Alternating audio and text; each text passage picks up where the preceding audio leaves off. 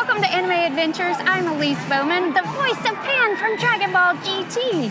And I am Austin St. John. I played Jason, the original Red Ranger from Mighty Morphin Power Rangers. Yeah, and this is the show where I bring you interviews from Comic-Cons, from anime conventions. That's where we are right now, right? That's right, Greater Austin Comic-Con. Yeah, so stay tuned. I've got an interview with this guy.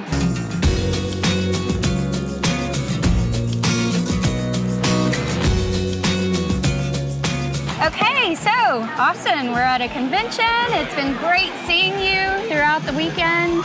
Yes, ma'am. So Power Rangers, how was that experience? We've got to talk about that first, but we've got a lot to talk about because you have done so many cool things. But I do want to talk about Power Rangers first. I've been around the block, but Power Rangers, I was 17. I dropped out of high school. I wasn't an actor. I was a martial artist. And somebody bet me $20 I wouldn't be wasting my time if I went to an open audition. So this all started on a bet.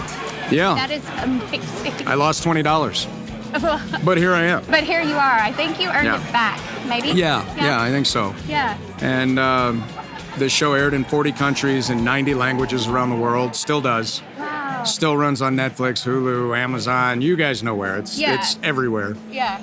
And we're crossing into our fourth generation of fans now. And it's amazing. It's the gift that keeps on giving. I meet fans that make me, die laughing. I meet other fans that have, I'm like, I'm trying to, like, I'm not crying, because there's so many,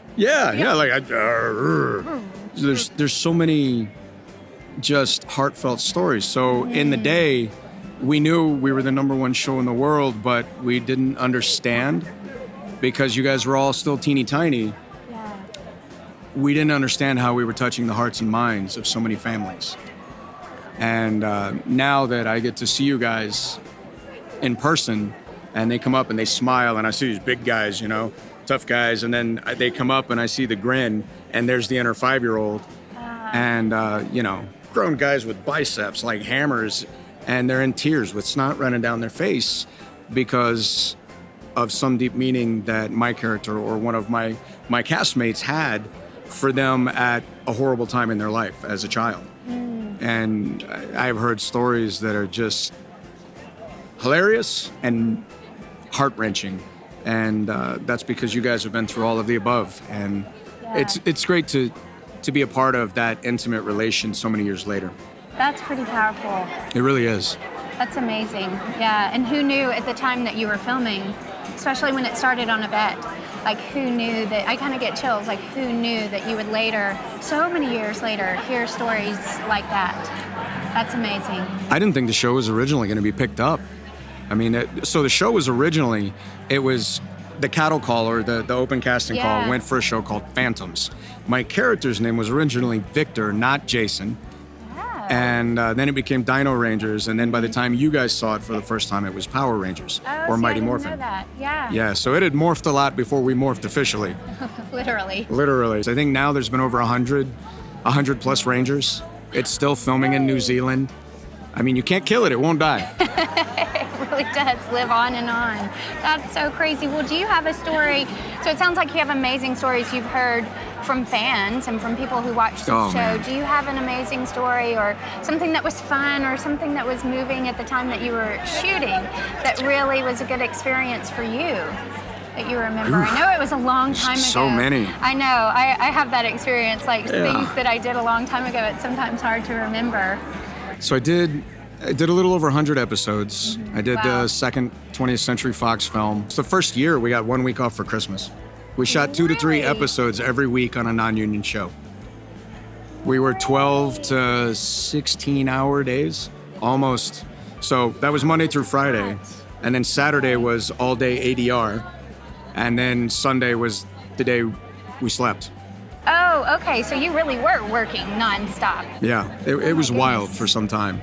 They brought the Make-A-Wish kids to set one day. And I met this little boy and his mother, and amongst other moms and dads and their babies. And this was my first real experience with it. Yeah. I didn't even understand what Make-A-Wish was at the time. They had to explain it to me. I was 17, 18. Right. And so they told me, and I remember meeting this little boy, and something about, 15 people can be in a room, but there'll be one that will just grab you for whatever reason. This mom and her boy grabbed me for unknown reasons. And he needed a brain surgery that he couldn't get.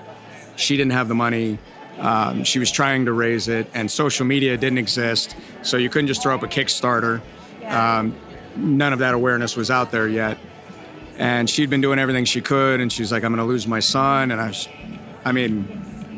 just ripped my guts out. Yeah. And I wasn't making hardly any money on the show at the time. I was getting paid $611.22 every 2 weeks on the world's #1 show that made $1 billion in its first year. So I didn't have money. Really? Oh, I didn't know that. And but they had come along after about a year of filming, and I'd managed to save a little. And I remember chatting with them, and she only needed another $2,000, and which was a lot for me too. But many people think anyone that's on TV is rich, and I wasn't going to tell her any different.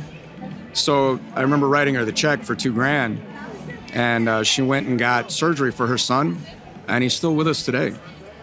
And that was one of the very special things for me that I still makes me feel pretty good. Yeah, that's amazing. Yeah. Oh gosh. So. What a tearjerker. Well, we're gonna have to switch gears. It's hard to beat that story. But what I do know, I know that you have taken a break, or you took a break for a long time from acting, and you did so many other things besides acting. So talk about some of the things that you did during that time, because wow, what a variety of careers I feel like you've had before you got back to it. Yeah, I had some job ADD, that's for sure. That's a good way to put it, job ADD. Yeah. So I left Hollywood. I was homeless for a little bit, about 6 months. Oh. And I went to Arizona. I had a friend out there. And I was too proud to tell her. So I had my Jeep, and my dog, Tonka, was my Rottweiler. We slept in a riverbed for a little while out of the Jeep. Which is crazy, because that's not something you would really expect from a Power Ranger. Like, so thank you for sharing. Think? No, you wouldn't think. So I did that, but during the day, and again, I had too much pride. I didn't want anybody to know. So I taught martial arts with Master Allen at a Foothill Karate Studio, which was his dojo. I started a kickboxing program for him, and then at night I would bounce at a place called the Outback. And I was just trying to pick up money, to get back on my feet, which I did. Eventually, my friend found out. I stayed with her for a little while. Then I went to Texas, started my undergrad in San Antonio. And from there, I went to Virginia, got 2 bachelor's degrees, joined the fire department, became a paramedic for about 16 years, went to the Middle East for war for about 4 years. And then I retired from the war in 2014, February, March. I came home and discovered the Comic-Con world. And last year, I was in Ohio. One of the charities that I sit on the board for is called Heartland Image Foundation. We did a film, and it was the first film I had any production role on other than just being an actor monkey. Long story short, faith-based, romantic comedy, dramedy-ish. And we wanted something clean for families that everybody could enjoy without all the horrible profanity and other content. Yeah. What's the name of it? It's called A Walk with Grace. A Walk with Grace. Okay. So that'll be out later this year. It'll be in a few theaters, but it'll be on DVD and you can find it. Okay. That was my first role as an associate producer, and man, uphill learning curve. Right. Holy cow. Oh my goodness, yes. Yeah, man, actors get all the credit for so many things, and let me tell you, there is so much going on in support of the actors. It's like there's 122 members to support one SEAL team of 6 men. There's like 3,000 to support one actor on a major motion movie. It's ridiculous. Crazy. So hats off to you guys. So that was my first one. Now I'm executive producing for a video game we just dropped called Black Salt Corruption, and we're on Steam for $20. We'll be on Xbox, PlayStation, and Nintendo by the end of the year. Nice. We did a short film that beat out 400 other short films at Warner Brothers. The video game has now picked up 3 of the major awards in the video game industry, and we're completely independent. We didn't sell out. to any Microsoft or any of these guys. What's the short film called? So the short film was called Black Salt. Okay, Black Salt. Okay. And it had like 2 million downloads. You can still find it. You can still, okay. And I'm not in that, but they approached me about the full-length film, which will come up after the game drops. Oh, okay. So we'll do 3 films based on Black Salt Corruption, the video game. You guys, if you're gamers, would love the world's only 3D, completely 3D martial arts arena fighting game. There's not another one like it. We beat out the new Tekken 7, Street Fighter. We beat them all out at the world's biggest video game conventions. So really? We're doing some good stuff. We're proud of it. That's exciting. Yeah. And then in a totally different world, you started a jewelry line. So I was a high school dropout. So at 17, I left high school. I never got a high school ring, and I always thought they were super cool. I watched the seniors and all these guys, and they always had one. And I was a military brat, so I moved constantly. I didn't know anybody I went to school with, ever, because I went through 4 high schools. Oh, wow. So fast forward many years, got my GED, a couple college degrees. I'm back in the game, and I thought, you know what? I want a high school ring. And Jason was my character in high school. He would have graduated. So I met a fan who did some incredible fan work. Yeah. And it's the red and gold ranger, the hybrid. Oh. So he's a king ranger in Japanese lore. And they put him on a throne. And I put him on the throne, on the ring. And it says it's morphin time and other cool stuff with a ruby or whatever stone you want.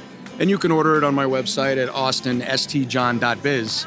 That's so cool. I'll have to link to that in the show notes for sure. So if you're into that, I've got cool stuff, and there'll be other pieces later. That's amazing. Well, gosh, you are like jack of all trades. I feel like Job ADD. it's job ADD for sure. Yeah. Now, besides all the work, what's something that people may not know about you besides your work life? I'm ugly, and my mother dresses me funny. Gosh. Great note to end on. I'm just saying. Just saying. Yeah. How about that's something that's not true? What we almost forgot, I'm going to do a giveaway. He is going to autograph a couple of posters. So all you have to do, like always, just be a subscriber, and I will randomly do a drawing and get in touch with you, and you'll get an autographed poster. So that's exciting. We thank you for that. Yes, ma'am. Yeah. So, well, thank you so much. It's been so much fun having you on the show. Thank you. I love it. I love hearing about all of the stuff that you have going on. And and thank you guys for being here. So we'll see you later. Have a good one, guys. Bye. Hey, thanks for joining me. I'd love for you to subscribe to the channel. If you'd like to see more interviews like this one, just click here. And thanks for joining me. I'll see you later.